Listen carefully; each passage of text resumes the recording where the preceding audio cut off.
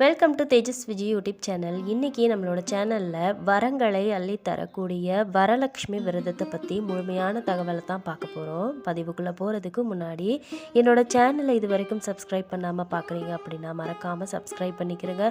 அதே போல் இன்றைய தகவல் உங்கள் எல்லாருக்குமே பயனளிக்கும் விதமாக அமைஞ்சிருந்தது அப்படின்னா கண்டிப்பாக நீங்கள் பார்த்து பயன்பெற்றது மட்டும் இல்லாமல் உங்கள் உறவினர்கள் நண்பர்களும் பார்த்து பயன்பெறபடி அவங்களுக்கும் இந்த பதிவை பகிர்ந்துக்கிறங்க. வாங்க பதிவுக்குள்ளே போகலாம்.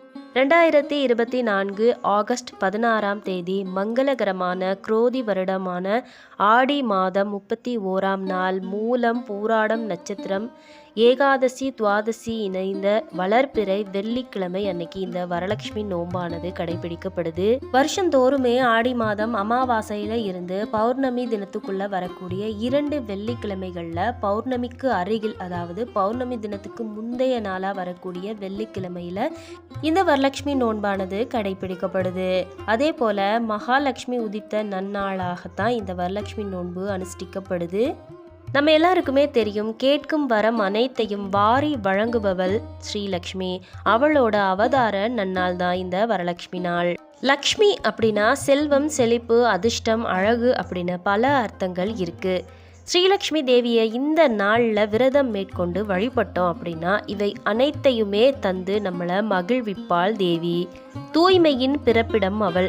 அதனால தான் வீட்டையும் நம்மளோட மனதையும் தூய்மையாக்கிக்கிட்டு தூய்மையான ஆடை உடுத்தி சுத்தமான இடத்தை தேர்ந்தெடுத்து நிறைந்த மனமும் மகிழ்ச்சியும் மேவிட அவளை ஆராதிப்பது மிகுந்த பலனை தரும். வீட்டு சுவத்தை சுத்தப்படுத்தி அதில் ஸ்ரீலக்ஷ்மியோட திருவுருவத்தை வரைந்து வழிபாடு செய்வாங்க.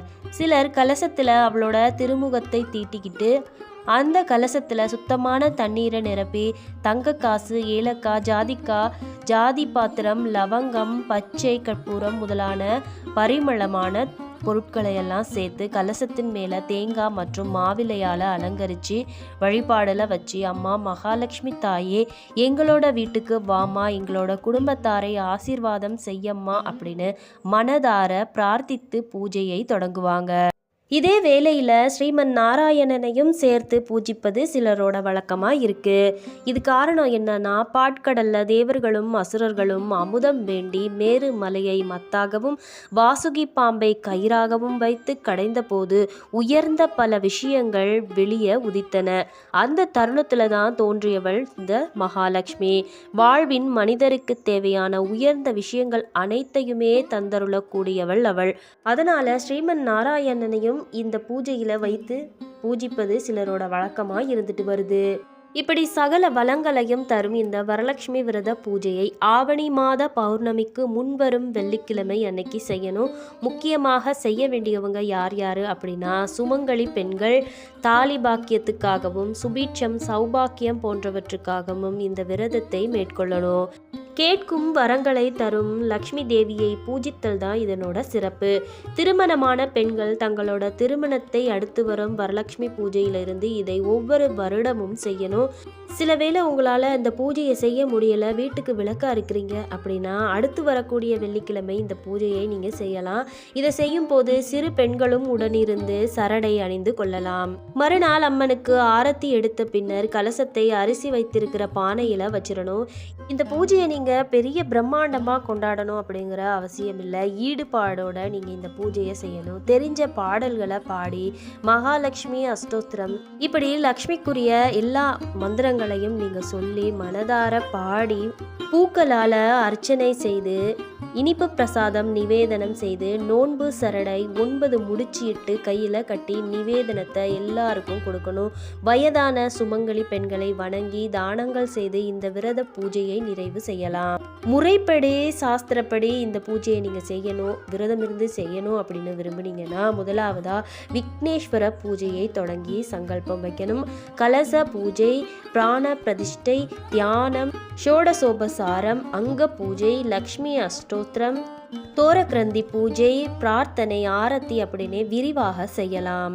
பூஜை செய்கிறதுக்கு தேவையான பொருட்கள் என்னென்ன அப்படின்னு பார்த்தீங்கன்னா, மஞ்சள் பொடி, பிள்ளையார் பிடிக்கிறதுக்கு நுனி வாழை இலை, அரிசி, தேங்காய், எலுமிச்சம்பழம், குங்கும சந்தனம், புஷ்ப வகைகள், வெற்றிலை, பாக்குப்பழம், கற்பூரம், ஊதுபத்தி, சாம்பிராணி, அட்சதை, வஸ்திரம், மஞ்சள், சரடுகள், பஞ்சாமிர்தம், குத்துவிளக்கு, திரிநூல், நல்லெண்ணெய், தீப்பெட்டி, தாம்பாளம், பஞ்சபாத்திரம், கற்பூரத்தட்டு, தூபக்கால், தீபக்கால், மணி இதெல்லாமே இந்த பூஜைக்கு தேவை. அதே போல் நிவேதன பொருட்கள் பொங்கல், பாயசம், அப்பம், வடை, கொழுக்கட்டை, லட்டு, தயிர், பசும்பால், நெய், தேன், கல்கண்டு, பழவகைகள்னு சொன்னால் ஆரஞ்சு, மாதுளை, விளாம்பழம், மாம்பழம், வாழை, திராட்சை இந்த மாதிரி பழங்களை நீங்கள் எடுத்துக்கலாம். பூஜையை எப்படி செய்கிறது, இதுக்கான முன்னேற்பாடுகள் என்னென்ன அப்படின்னா, வீட்டோட கிழக்கு திசையில் ஈசான்ய மூலையில் பூஜைக்கான இடத்தை அமைச்சிக்கிறங்க. நன்றா மெழுகி கோலமிட்டு சின்னதாக ஒரு மண்டபம் அமைச்சு அந்த மண்டபத்தை அலங்காரம் செஞ்சுக்கணும். மண்டபத்தோட கீழே நுனி வாழை இலையில் நெல்லை பரப்பி அதன் மீது ஒரு தட்டை வச்சு அந்த தட்டில் அரிசியை வைக்கணும். அதன் மேலே கலச கும்பத்தை வைக்கணும். அரிசி, தங்கம், ரத்தினம் ஆகியவற்றை அந்த கும்பத்தில் நிரப்பணும். இது முடியாதவங்க தீர்த்தத்தை நிரப்பலாம். மேலே மாவிலை கொத்து தேங்காய் வைத்து அலங்கரிச்சுக்கிறங்க. புதிய வஸ்திரம் சாற்றி தங்கம் அல்லது வெள்ளியால் செய்யப்பட்ட மகாலட்சுமியின் பிரதிமை பிம்பத்தை, அதாவது முக பிம்பத்தை வைக்கலாம். மேலே வைத்து பூக்கள் சூடி அலங்காரம் செஞ்சுக்கிறங்க. அதோட பூஜைக்காக வைக்கப்படுற கலசத்தில் காதோல கருகமணி, எலுமிச்சம்பழம் முதலியவற்றையும் நீங்கள் போடணும். பூஜையின் முடிவில் மஞ்சள் கயிறை, அதாவது சரடு கையில் கட்டிக்கணும். மஞ்சள் கயிறு மங்களத்தின் அறிகுறி. அஷ்ட லக்ஷ்மிகளுடன் வரலட்சுமியையும் சேர்த்து 9 லக்ஷ்மிகள் அப்படிங்கிறது தான் சாஸ்திரம். அதனால் 9 நூல் இலைகளால் ஆன 9 முடிச்சுகள் போடப்பட்ட நோன்பு கயிறை பூஜையில் வைக்கணும். உள்ள நீங்கள் இப்படியெல்லாம் தயார் பண்ணி வச்சுட்டு ஆரத்தி எடுக்கிறதுக்காக நீங்கள் வாசலில் உள்நிலைப்படி அருகே நின்று கற்பூர காட்டி ஆரத்தி எடுத்து மகாலட்சுமி தாயை வீட்டுக்குள் வருவதாக பாவனை செய்து பயபக்தியோட தாயை வீட்டுக்குள்ளே அழைச்சிட்டு வரணும். அப்படியே அழைச்சிட்டு வந்து அலங்கரிக்கப்பட்ட மண்டபத்தில் உள்ள கலசத்தில் வைத்திருக்கும் அந்த மகாலட்சுமி பிரதிமை பிம்பத்தில் இருந்து விரத பூஜையை ஏற்று அருள் புரியுமாறு மகாலட்சுமியை வேண்டிக் கொண்டு ஆவாகனம் செய்யணும். அப்போ மங்களகரமான தோத்திரங்களை சொல்லி பாடல்கள் பாடணும். முதலாவதா பூஜைகளுக்கு தேவையான பொருட்களை நீங்கள் ஆயத்தப்படுத்தி அருகிலே வச்சுக்கிறங்க. பூஜையை தொடங்குங்க. பஞ்சாங்கம் பார்த்து நாள், திதி, வருடம், பட்சம், மாதம் இதெல்லாமே தெரிந்து குறித்து வச்சுக்கிறங்க. மேல் சொல்லப்பட்ட விரத பூஜையில் எந்தவித இடையூறுகளும் இல்லாமல் நன்கு நடைபெறணும் அப்படிங்கிறதுக்காக விக்னங்களையும் விநாயகரையும் பூஜித்த பிறகு வரலட்சுமி பூஜையை நீங்கள் தொடங்கிக்கலாம். பூஜை நிறைவில் அஷ்டலக்ஷ்மிகளுக்கு உகந்த மந்திரங்களை நீங்கள் பாராயணம் செய்து வழிபாடு செய்யுங்க. கேட்கும் வரங்களை கேட்டபடி தந்தருளக்கூடிய ஸ்ரீலக்ஷ்மியோட இந்த வரலட்சுமி நாளை நீங்கள் மனதார முறைப்படி விரதம் இருந்து வழிபாடு செய்து அதுக்கான பலன்களை பெறணும் அப்படின்னு வாழ்த்தி இன்றைய பதிவை முடிச்சுக்கிறேன். மேலும் ஒரு அருமையான தகவலோட மீண்டும் உங்களை சந்திக்கிறேன். நன்றி, வணக்கம். Until then, தேஜஸ் விஜய்.